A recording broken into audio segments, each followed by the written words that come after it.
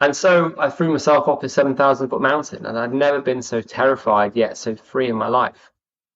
That was the shift between actually, wow, I can do a lot more than I think I can.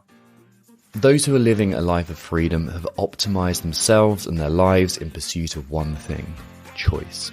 They've created the financial, geographical, and time freedom to do what they want when they want to. But they've also created freedom from their internal limitations, their story, their biology, and their character. In this podcast, The Freedom Project, it is my attempt to shortcut your learning curve to having total freedom in your life so you can go and do more cool shit. I'm going to bring you deep dives into some of the most inspiring adventure athletes and business owners in the world. I'm also going to give you the key concepts of my coaching process to adventurepreneurs so you can start applying that to your life today. So here is another episode of The Freedom Project. Alex Staniforth is an endurance athlete, adventurer, and speaker. He survived the two biggest disasters to have struck Mount Everest, including the 2015 Nepal earthquake. He's also endured epilepsy, a stammer, and bullying since childhood, but has turned this adversity into an opportunity. Today on the Freedom Project podcast, Alex and I discuss cultivating the drive to achieve excellence in everything you do, how to use adventure days to refocus your mind, how one question changed Alex's life, what people get wrong about Mount Everest, how to begin to enjoy the pain of endurance sport, and how to thrive in the face of adversity. So here is the wonderful Alex Staniforth. Firstly, man, welcome to the show. It's a real privilege to be chatting with you. Yeah, thanks, Tom. Really good to be here. Yeah, looking forward to diving into things a bit deeper. Good man. So the two of us actually share something in common. And that is, I'm guessing it's something that we'd both rather not share. And that is the fact that we got bullied at school. We had a pretty rough time with it. I can now look back at mine and think like there was some absolute benefits to that in the long run, but it's pretty shitty at the time. What was your experience of that like? Yeah, I'm very grateful for it as well because it was really formative, and I think it became a driver, and it still probably is a driver deep down somewhere in the system that I can use to my advantage. But when you're that age, being bullied and being victimized and for being different and for being yourself is is really horrible. It goes against our kind of human nature to fit in and to belong, you know. Um, so how was it at the time? I think it was incredibly frustrating and isolating, and I tried to, you know, I always, like most things, I try to deal with it myself. Um, but when you're outnumbered or when you're young, you know, unless you get physical, there's not much you really can do. So I did get physical, you know, which got me into more trouble and probably made the problem a lot worse and all that. But what it did was essentially give me a need and a driver to try and prove myself wrong. You know, having lost my confidence, my sense of self-worth, um, and I've become very self-critical. I then set out to try and, you know, disprove that, you know, and ultimately that has now left me with both good and probably negative things. You know, good being that you know, I don't kind of need to prove anything anymore. But also that sense of if people if people doubt me, people tell me I can't do something, that's probably the best thing they can do for me because it just makes me do want to do the exact opposite. Um, and secondly, it's made me very self-critical. And I say it's made me, that sounds very much a victim mentality, but it really did create this behavior of being very, very hard on myself. And my family and friends will tell you exactly the same thing because the bar is never high enough for me. Um, and that needs to be kept in check. So that's What are the benefits of that mentality, that victim mentality? Oh, sorry, not the victim mentality, the being critical on yourself. the benefits, if there are any, is probably achieving, you know, it's probably achieving higher. You know, it's that excellence and always wanting to improve, always wanting to develop, and that's a very good thing as long as it's not out of proportion. You know, as long as it's not, you know, insatisfiable, where you're constantly never happy with anything. That's a very negative and unhelpful place to be. It's also very miserable. Um, So having a desire and a striving for excellence is great for reaching your potential, as long as there is a feeling of good enough. Hmm. It's an interesting paradox. The desire to be better coming from a place of not being good enough. And that's kind of like the fundamental human drive. Yep. Maybe like that. I've got to be more, I've got to do more, I've got to accrue more. And if that's paired with some humility as well, then it's a very useful thing. And also some confidence too. Of like, I can actually make a change. Yeah. I mean, I think in human life, our purpose is to keep on growing. It is to discover that full potential, and to keep on growing. Because if we're not growing, we're kind of dying, really. But when you're at that point when when nothing is ever good enough, when the bar is you're never quite there, always need the next thing.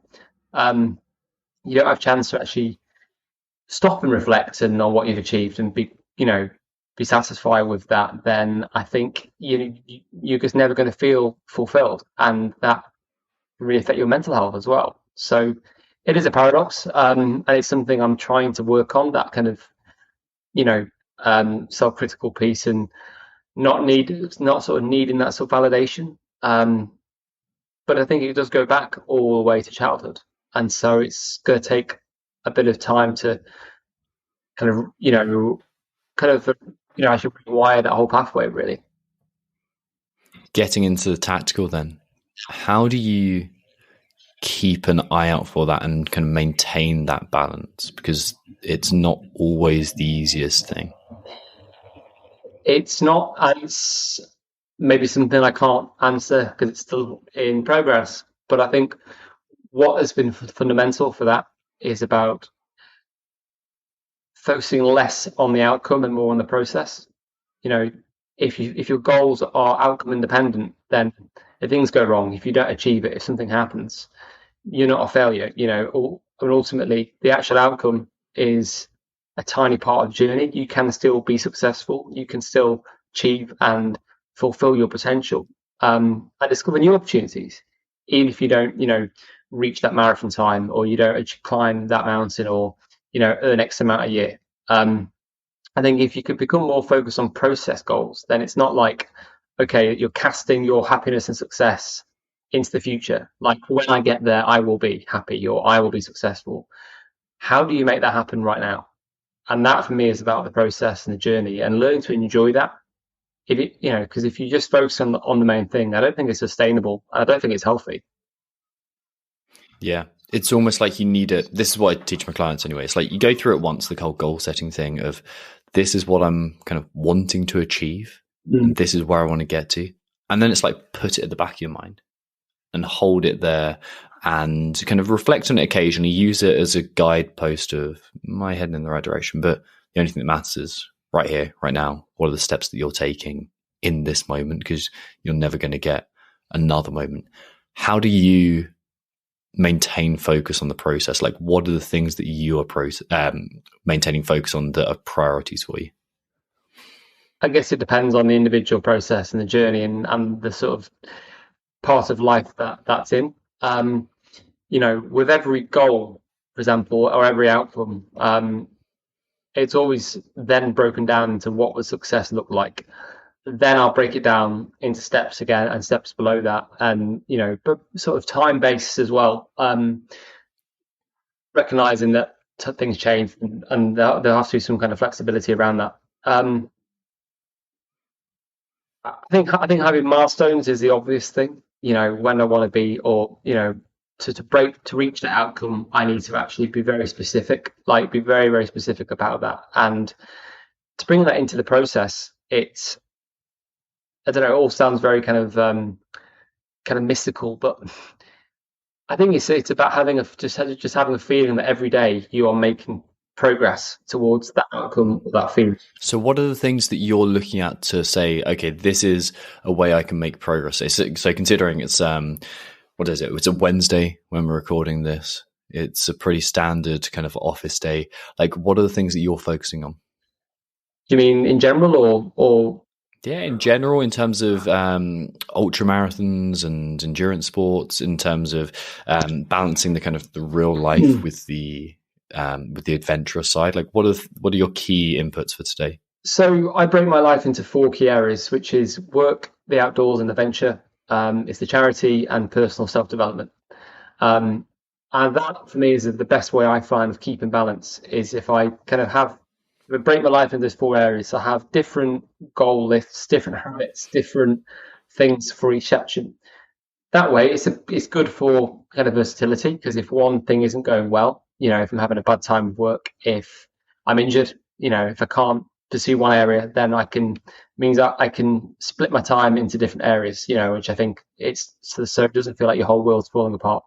Um, I think that separation allows me to know what I'm working on and allows me to allocate certain time. So um, adventure in the outdoors is a key part of my everyday life and routine. Obviously work as well because that's what funds all of it. And every day, every week, I have a plan. I have daily goals and priorities. And only this morning I was having this debate. Actually, with mum is my priorities are all wrong, and I don't say that they're all wrong. It's just they're all juggling for the time and the light of day. And at the moment, I'm trying to suss out what my biggest priorities are. Because, for example, I was up at 5 in the morning. I went for a hill run up the Old Man of Coniston. That was partially for work because I had to get some pictures for a client. I had to get back for a meeting at 8:30, and I was in such a rush that I stacked it. I put a dent in my car on the way back. So I turned up for that first meeting late and a bit stressed. And the need to do that is because obviously I'm training for ultramarathon. I've got to get back from work, and I'm trying to maximize that self-development time of actually for my mental and physical health. I want to be out in the mountains because it's a nice sunny morning. So I try to combine them together. If I can kill two birds in one stone, that's how I generally manage them all. But realizing that they all have to work together, and often compromising, to achieve one of them, I have to compromise another. And I think having these four key areas allows me to kind of distinguish and choose which one is most important in that moment. Right now, I'm navigating kind of a change in the charity. I mean, we hired a CEO back in February, so he's been amazing. So I'm just trying to sort of work out my role as a trustee and a founder. Adventure-wise, I've got 100k ultra in 2 weeks. I've got Aconcagua at the end of the year, so that's two different goals of two very different processes to achieve. Work-wise, I mean, it's about to become a very busy season of speaking, so I need to really hone down on developing that. And personally, I'm just trying to declutter my physical and mental environment, as well as traveling and spending as much time in the lakes as I can. So you can see why there's probably a bit of contrast there and a bit of kind of competition for attention. Yeah, absolutely. I also have like a 4-part life that I compartmentalize in some way. So, and this is also the thing that I teach clients, so health.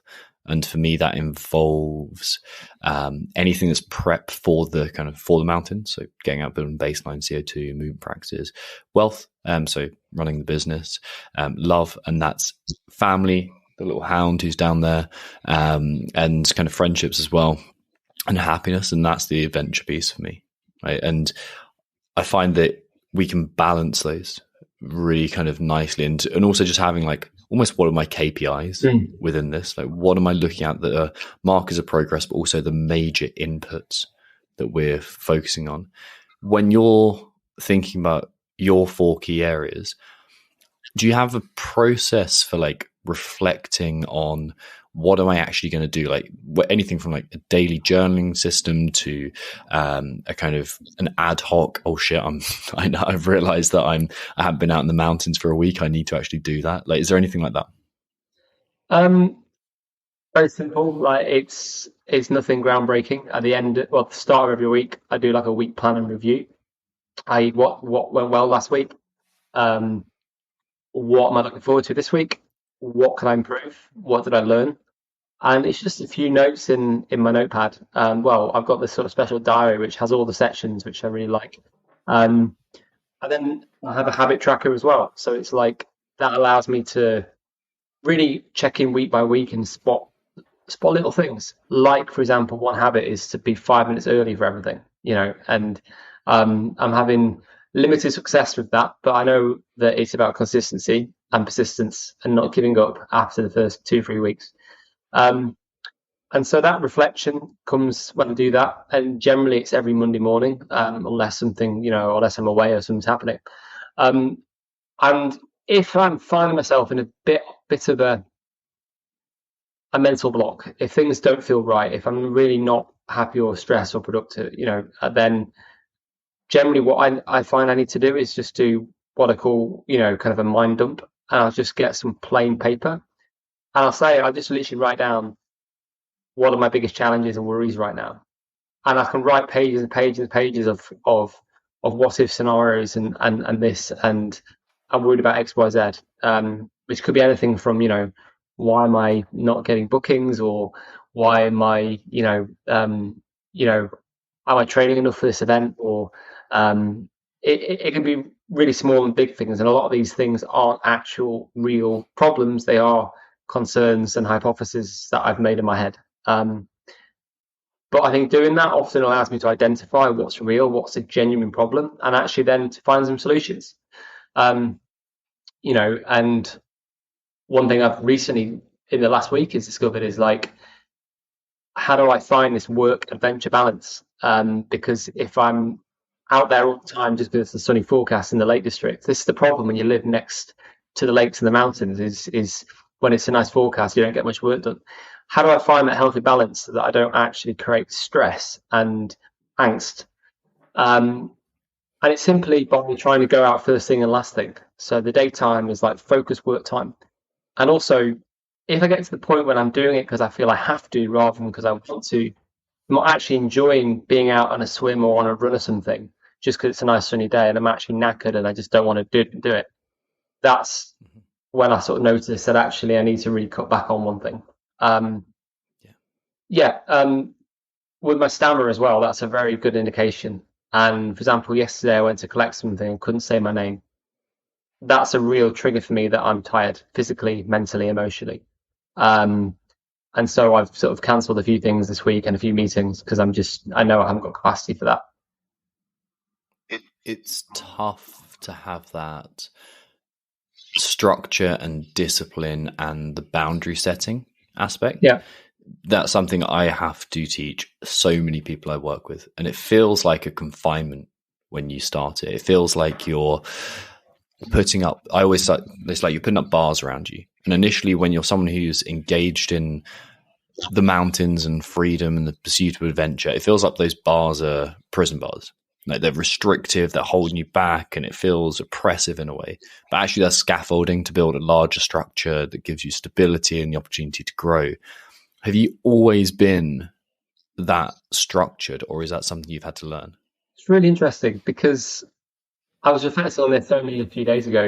Like, my family are very, I say they're very much kind of go with the flow type people, and I'm very ritualed, like very, almost military in terms of scheduling, precision planning. I need to know timings. I need to know where, when, how, because for me that's the way to optimize and to reach our full potential and to get the most out of every day.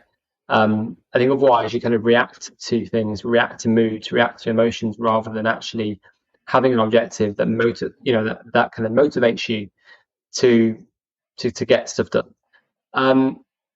So that would, that kind of go with the flow approach would really stress me out. And I would say, I mean, I've been self-employed for 8 or 9 years. I've lived on my own for 4.5 years, and so well before then, I've always been very structured. But I think it's in my nature that I am very detail oriented. I have a desire and a drive to make the most out of every day, to make progress on my goals every day. And I think unless you have a plan, how on earth are you going to get there? And at the same time, though, one thing I've recently started to try I have started to implement is every week having, like, what I call my adventure day, where I have a day without any agenda. Now, I have an objective, which might be to go and run a silly distance or swim X far and visit, 2 new places in the Lake District. But I'm finding, especially since kind of long COVID, which I've been recovering from for over a year now, I've had to really learn to manage my energy and my time much better. I think energy more than time because, I think that energy, is not infinite. Um, and part of that process was actually having complete days off, which I've never ever had before. Every day is a work day, and when you're self-employed, every day feels like a work day anyway. Um, but I was finding that to be able to start training again, my body and my mind needed a complete day off, or at least off anything strenuous. I might sort of do a bit of admin on my laptop, but just not having any agenda. Um, and I actually really enjoy those days sometimes. When I was away all day on Friday. I didn't get home till 3 in the morning. And Saturday was my adventure day, so I went. I mean, to be fair, I did a 32-mile run, but that's my way of switching off because I knew that mentally I couldn't have the focus or the concentration or the energy to do anything creative. So I just needed to run all day. So yes and no. Yeah, I've always been very structured, but increasingly recognizing the time for, just having nothing on the agenda and just being in the moment. Really nice. What have your best adventure days looked like? If it's a nice sunny day in the Lake District and I can run and swim and get a nice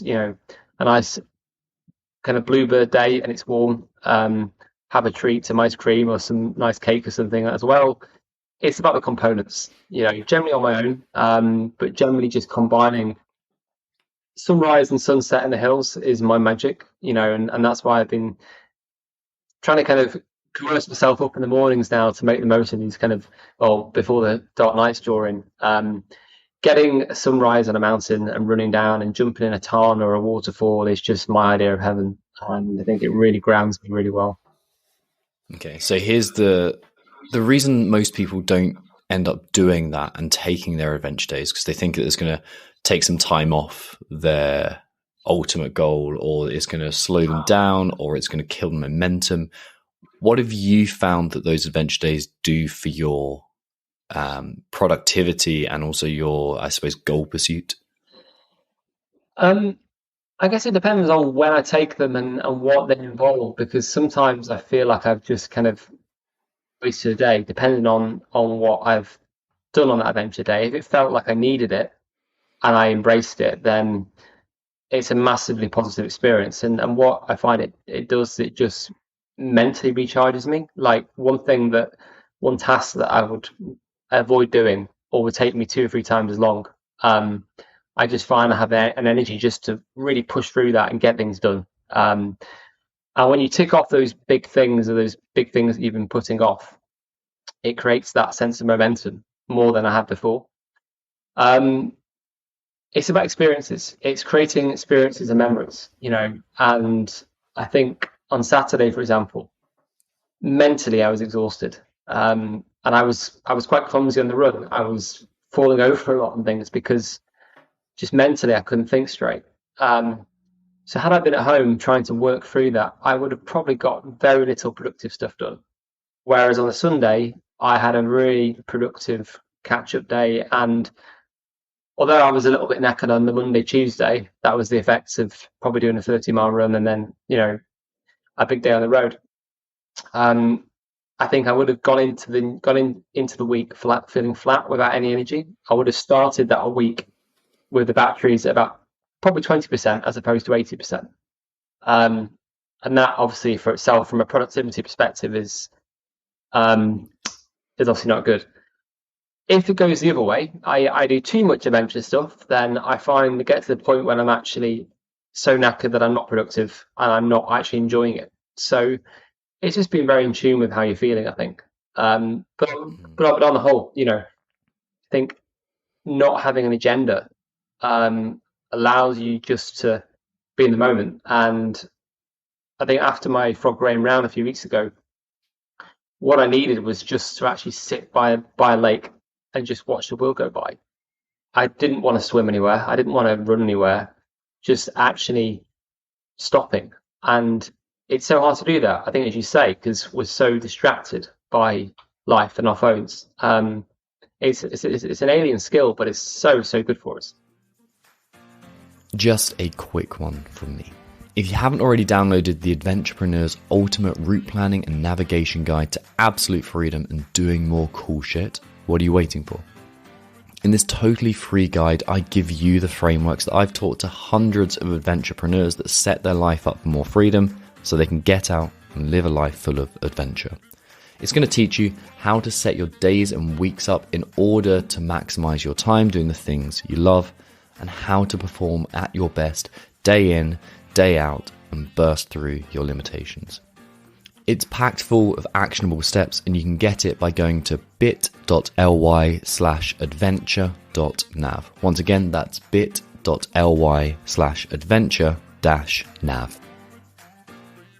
Beautiful, dude. Really beautiful. I could go into Adventure Days all day, but I want to bring us back on topic because I've already gone off on the 25-minute detour on the conversation plan. Talk to you about growing up, what that was like in terms of like your stammer and also in terms of epilepsy. I mean, compared to some people, I had quite a lot of challenges going through school. It was a pretty unsettling time for me. So, in a nutshell, I was brought up in Chester. I'm an only child. I had a very normal and comfortable start. My parents gave me everything I needed, and I was really fortunate for that. I had a mild form of childhood epilepsy, which kind of came out of the blue after a few seizures, and that was soon kind of controlled by medication. And I've been seizure free now ever since. But that was really just a catalyst for different challenges. How old were you then? I was about 8 or 9 years old. Okay. So about 20 years ago. And I remember having anxiety and panic attacks, as a result of having those seizures at such a young age. Very, very health conscious. I've had a stammer all my life. So even before that, I've never really known life without that. Which made school and socializing and everything just incredibly stressful. And really trashed my confidence, along with all the bullying, which we obviously mentioned. Being different makes you a target, and that was certainly myself. And then just a general lack of confidence. There was certainly no passion for exercise like I have now. I mean, now my life is fundamentally built around challenge and pushing the boundaries. But I hated exercise. I mean, I was hopeless at sport at school. And I think that was my childhood. We spent a lot of time away in North Wales in a caravan and on the beach and traveling and things, and a lot of time in nature, but not like to extreme amounts now. But I guess to kind of sum all that up now in reflection, there was a lot of victim mindset, and never feeling good enough, believing I was born to fail. And definitely not having the ambitions and the sort of drive that I have now. When did that begin to turn around? I'm going to guess there wasn't an exact turning point, although you may prove me wrong. But what kind of stage did you begin to shift things? I think it was more gradual. There were a couple of shift moments. The first one, when I was about 14, I was on holiday in Turkey with my mum, and I saw something called paragliding, which is quite an extreme sport, especially when you're 14 and you suffering from anxiety and panic attacks. But I'd always been interested in flying from a young age, and I think when you're growing up, you kind of have all sorts of jobs and careers that you want to be when you're older, and some of them are probably more appropriate than others. One of them was a pilot. And I remember just having this urge that I had to try this. I had to do this.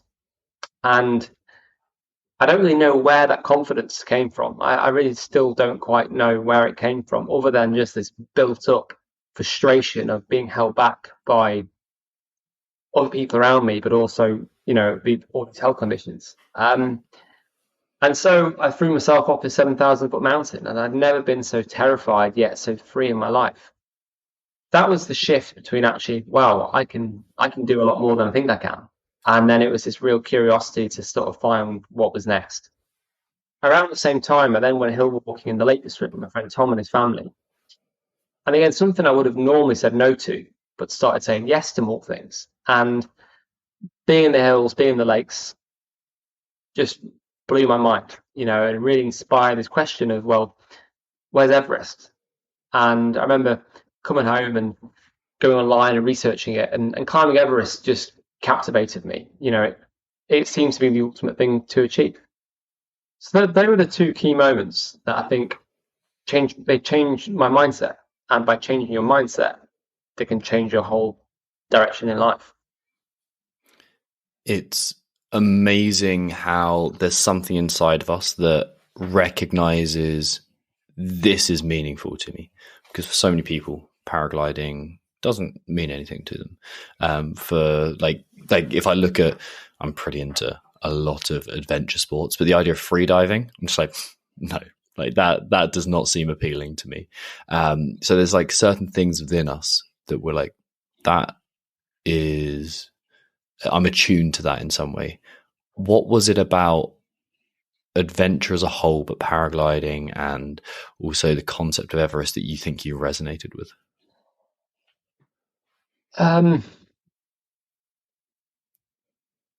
I think freedom, firstly, and what I think really appealed about it all was the fact that it was just me versus the environment. Like, no, I wasn't kind of dependent on other people's approval, or um, you know, I didn't have anything where I could doubt myself, because ultimately only I could get myself in and out of that situation, and therefore that was real confidence builder. Um, but I think at the time it literally was that thing around just, it was a way of being different. And you go through school desperately trying to fit in, and by the end of it, everybody desperately wants to stand out. And for the first time, I wasn't afraid of being different anymore. In some ways, it was like a massive middle finger to all the bullies. Um, and that's not sustainable. But at that age, it felt pretty good. And even now, I see that in myself quite often, where if I get doubted or somebody tells me I can't do something, um, it almost flicks a switch back to when I was at school and makes me think, yeah, I'll show them. Um, and that can be helpful in small doses. I don't think there's anything specific about paragliding or the mountains, other than that was just what appealed at the time. For example, a couple of years ago, like the thought of doing a 100-mile run, I would have hated. The thought of to swim across an open lake, I would hate it. But now I just can't get enough of it. So I think we evolve naturally. But with paragliding, it was probably that kind of combination of flying that I was already interested in. Me and my granddad used to watch the planes at Manchester Airport when I was a kid, which kind of inspired, that kind of where the interest came from. And with Everest, I think it was because it was the highest, because it was the pinnacle, and it just, I just saw a photo of it, and it just grabbed me, and I can't explain why. Mm-hmm.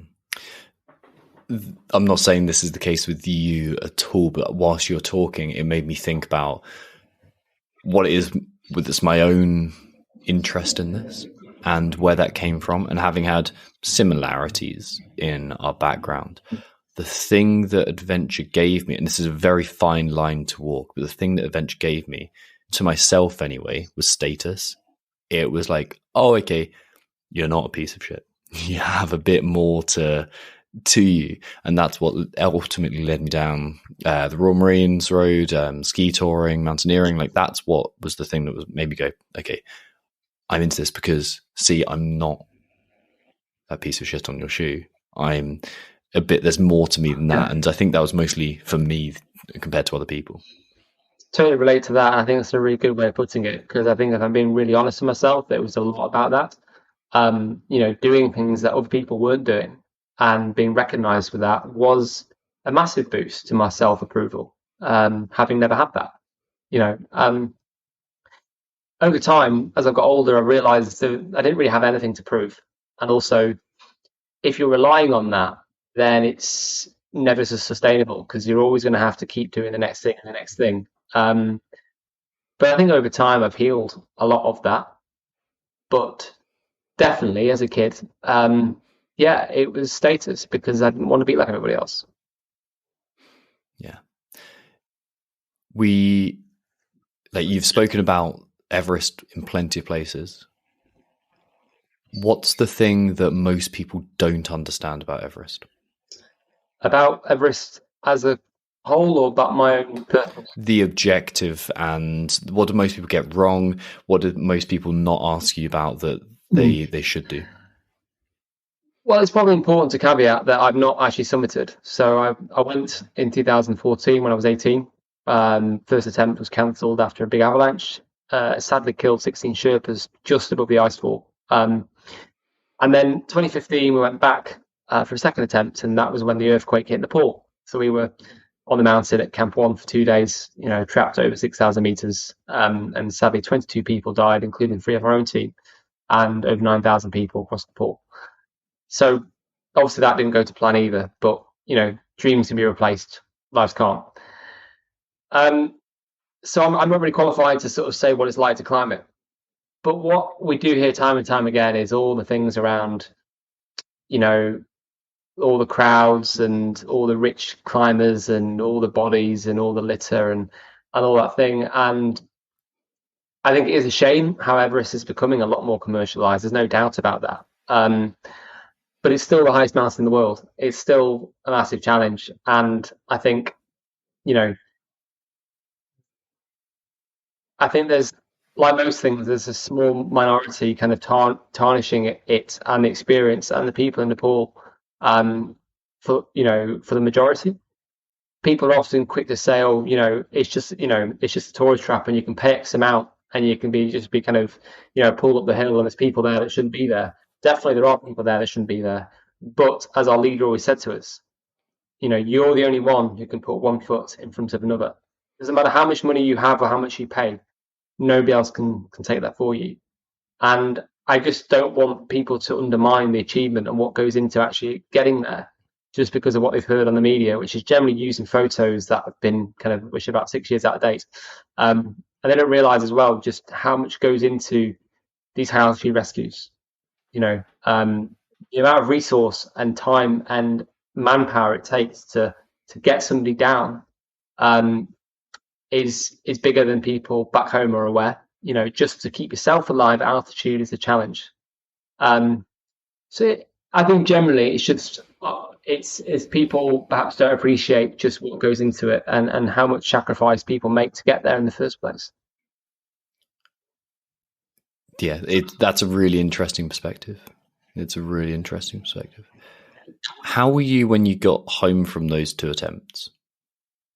First time at 18, I'll be honest, I was a bit peed off. I think naturally I was naive enough to think that, the harder you work, then the kind of the luckier you'll get. We're always sort of taught that at school, effort equals grades. Sadly, the mountains don't work in the same way, and quickly I realized, okay, first and foremost, I'm going back home safe to my family. I've got no right to complain here. I'm not a victim. Secondly, it's like, okay, where's the opportunity? I.e., how do I learn from this? How do I grow from this? How do I focus on what's in my control to come back and, give it a better chance? And the quicker you can reframe it rather than blaming, the sooner you can take responsibility of that, the quicker you move forward. And I think that was the first key lesson. So after feeling a little bit peed off about what happened, there was a lot more politics involved. And actually, that's what actually stopped the climbing, not the actual avalanche. It was all the politics that kicked off. That's what I was annoyed about, as a lot of people were. It was right. Okay, where's the opportunity? So I spent a year, focusing on training, doing more endurance challenges, just to build that mindset. Because Everest is probably 90% mental, only 10% physical. So in some ways, I was very grateful that I had the chance to really hone in on that for another year. Second year around was obviously very different because we were obviously involved in this traumatic event. We lost 3 of our team. Had we not left base camp that morning, we probably wouldn't be having this chat now. And at 19, you can't really train for that.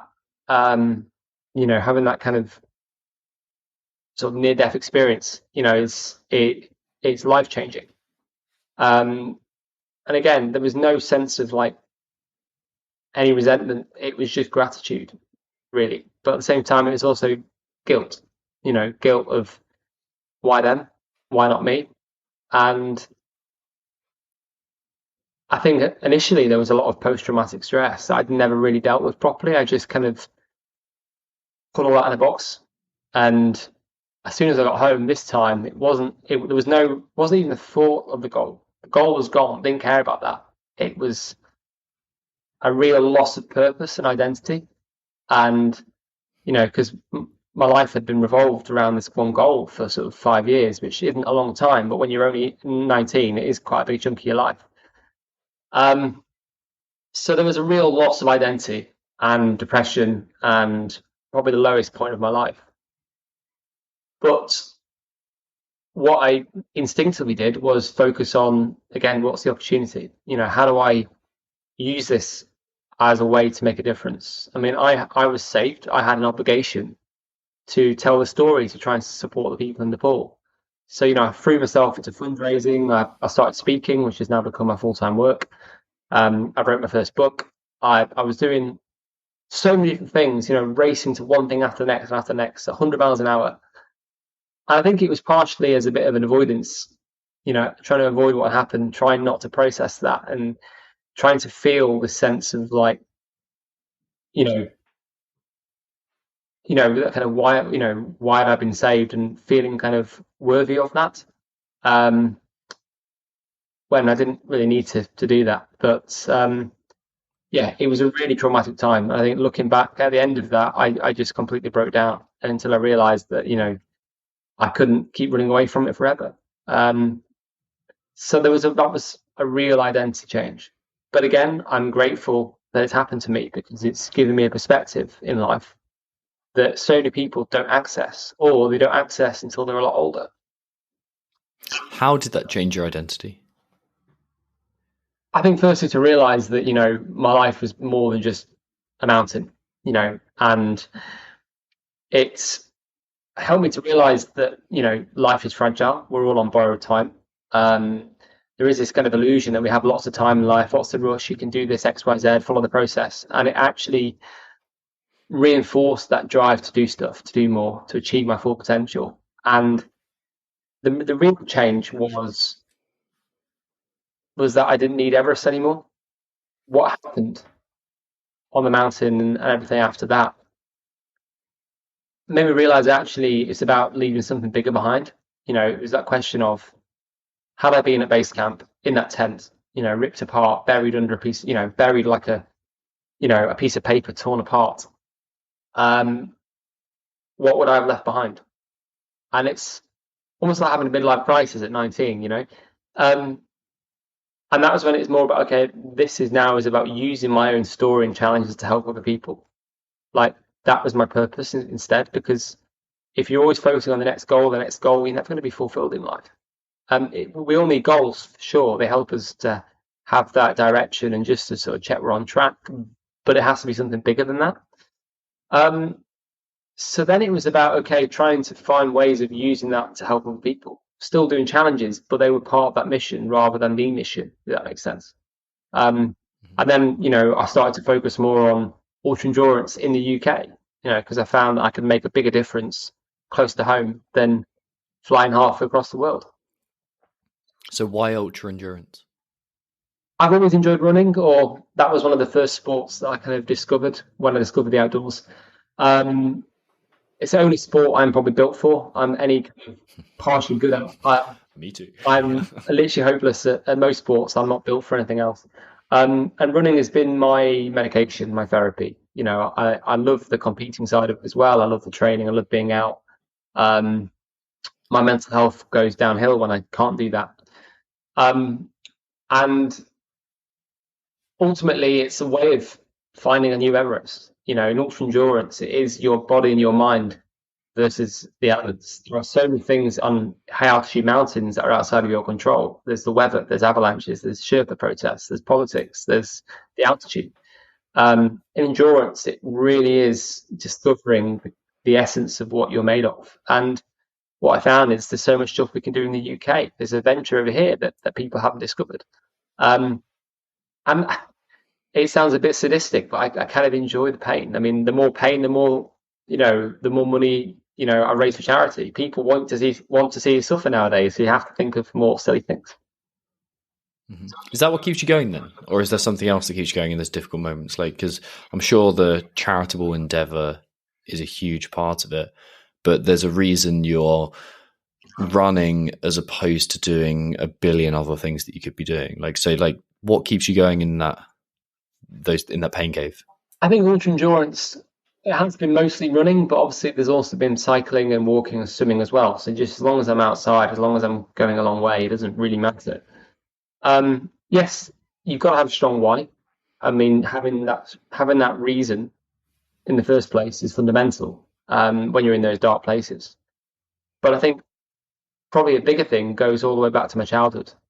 It's that I have an opportunity, I have a freedom to discover, as you said, actually maybe I'm not worthless, that I have potential, or that all these challenges I had as a child don't hold me back. And to surrender to that feels like surrendering to life challenges and adversity and becoming a victim rather than taking control of those things. And so I think for me, giving up on anything really goes against my values. I've pushed on through challenges to the point I've ended up in hospital, um, and it's not a self-destruct mission as much as my doctor probably thinks it is sometimes. But I think it is about having that control, having that choice in life. And I think when you're doing these challenges, it is a lot about control. It's about choice, and it's about choosing to be and discover what you're capable of doing. And that's what endurance is to me. Because whenever I do these things, I come back thinking, how the hell did I do that? And it's knowing that if I can overcome those things, I can probably overcome most things in life. You must have got to, like, speaking from my perspective and doing some pretty intense endurance stuff, you get to a very dark place in those. What has that been like for you? Like, what's that like? Describe that place and what that looks like to you. Every time you get there, you kind of think that you couldn't get there again, because when you're there, it's impossible to imagine it. It's impossible to imagine what's in the room until you open the door. And when you're there, all of this kind of positive talk now probably goes out the window. But it's this sense of overwhelming, almost this kind of detachment from yourself. You feel very detached from the world, and that's when it's so easy to give up, and why people do. Yeah, it can be quite terrifying because almost you feel very trapped in that situation. And it's very easy to make big decisions when things aren't going well, to quit, when so much can change in a day or an hour or a week. And yeah, it feels very kind of hopeless, to the point that I've had breakdowns on mountains when I've just sobbed my heart out like a baby, and it is very, very hard to describe without being in it. It's because when you're out of it, you almost mentally detach it, almost as a way of kind of ignoring the pain. So it is very hard to describe unless people are there, and it's obviously relative to each person. But it just feels like a hopeless place. It feels like there is no direction. You're in a box. And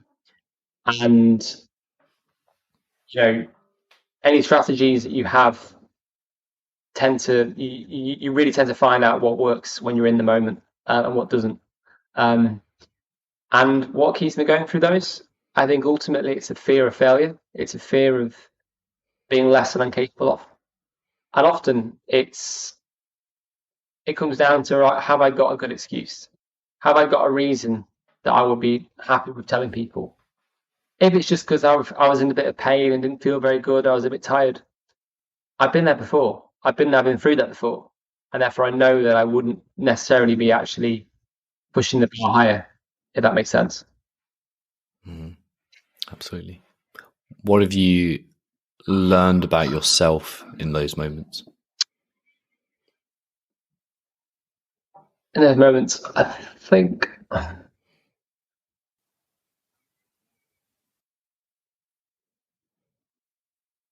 you've always got more in you than you think, and it is in there. You often just need to access it.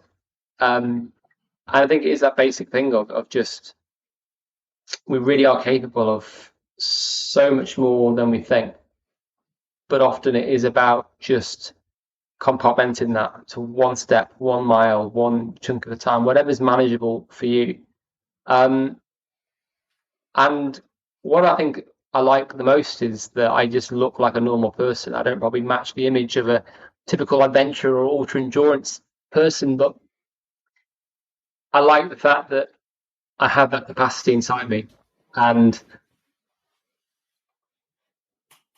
when I really thrive is when I am literally in the face of adversity, and my Free Peaks run a few years ago was a perfect example of that, because everything was working against me. But that's the one thing I'm most proud of, because I was so close to calling quits. And my mantra is always just, this too shall pass. And I know now on any race or any challenge that physically I might not be anywhere near the top, but mentally that's when I'm at my strongest. Yeah, nice. Love it. Really love that. What's on the horizon for you in terms of adventures, in terms of races, in terms of challenges that you got set up? Well, I'm having a bit of a mini identity crisis at the moment. I did a couple of races this last month, which I've only just got back to that after a year of long COVID. So I had COVID after a 100 miler in April last year. So I couldn't run or train properly for probably 10, 11 months. Do you reckon you had it during the 100 miler? Probably picked it up during the run or just before, because some of my support runners ended up catching it as well. So we passed that on, as well as energy gels and water. And very considerate. Yeah, and being in that like energy kind of being in that kind of that energy kind of a deficit anyway made the impact far worse, and that's why I didn't recover like most normal healthy people would. And I've only really in sort of March time got back to training again. So the fact that I'm racing again when I didn't know if I'd ever run again or train again is just a blessing, and I can't take that for granted. But I started running originally like on road, sort of doing 5K to 10K, and then half marathons, and then a marathon, and doing ultras never appealed to me at all. But then when I moved to the lakes, I got more into running in the fells and the mountains, and that's my therapy. That's what healed me, and that's where I found the outdoors, and that's why the lakes is my spiritual home. And so with that, I lost a lot of interest in the kind of events and racing. And I've done a few, but I think to be able to do things that make a difference and that raise money for charity, I kind of realized that I'm not that interested in races, because lots of people do them, and it's about chasing numbers and chasing positions, and then where do you go next? And you're kind of being in a crowd, which for me goes against why I discovered the outdoors in the first place. And I'm going to do races for fun, for fitness, but I think if you don't focus on one thing, you're going to compromise everything. And I did these kind of 2 races recently, and I wasn't that motivated. I didn't really enjoy them. I felt like I was just a number. Saying that, I've got 110K ultra on the 13 Valleys in a couple of weeks, which I entered a while ago, and I've not raced that distance. That's a bit of a challenge, a bit of an unknown. But I think next year I've got a few challenges I'm sort of working out at the moment, which are going to be more my own style, which is kind of coming up with my own silly challenges. And did the Frog Graham round about a month ago, which is a 40-mile swim run around the Lake District. That was my comeback challenge after long COVID. And then in December, I'm going to Aconcagua, which is the highest peak in South America. So after 7 years off, I'm sort of dipping my toe back into the high altitude mountains again and sort of seeing where that goes. But I'm just trying to work out what I am. And I'm never going to be a top athlete. I could if I wanted to focus on it. I'm sure I could. But I want to be many other things. And it's, where can I make my biggest impact in life? And I do have another goal for 2025, which is the biggest, scariest challenge that I've ever come up with, but I'm still working on that. So keep tuned. Oh, the teaser. Always have to leave a teaser.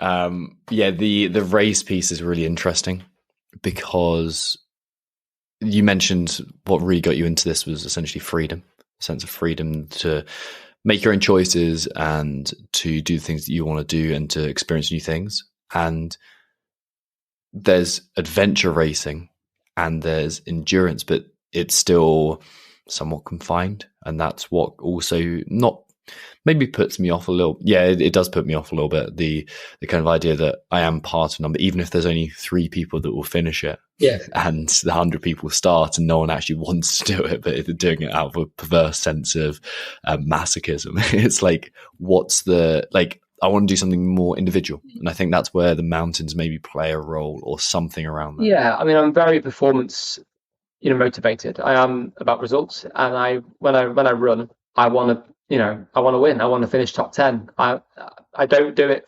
for me. A race is a race. A training run is a training run, and I don't want to race unless I know I want to do well. And therefore, I've got to accept that if I do race, I'm just going to be happy with doing it for that reason, as long as you're clear on your objectives. But I am very performance motivated, so I've got to really focus on one or the other, and as you say, doing my own thing, coming up with these like ultra endurance things, where you have that uncertainty. It's all up to you putting one foot in front of the other. That's what really brings me alive. Yeah, nice, man. What a great place to wrap up. Where can people find out a little bit more about you, follow you on social media, your website, anywhere else you want to send folk? Yeah, it's been really good to chat, and thank you again. I can talk about this stuff all day, so thank you for listening. Would love to hear from people as well, and just to say, if anybody has any questions or if I can help in any way, I've been really happy to share anything I've learnt, any silly ideas of my own, any wisdom I've picked up other people. My website is probably the best place, alexstaniforth.com. My books are available on there as well. My email address and all my social media is linked on there. You can find me on Instagram, Twitter, or X, Facebook, all the normal places as well, if you search my name. And yeah, I'd love to hear from people. Perfect. Thank you so much, man. Really appreciate your time. Thank you.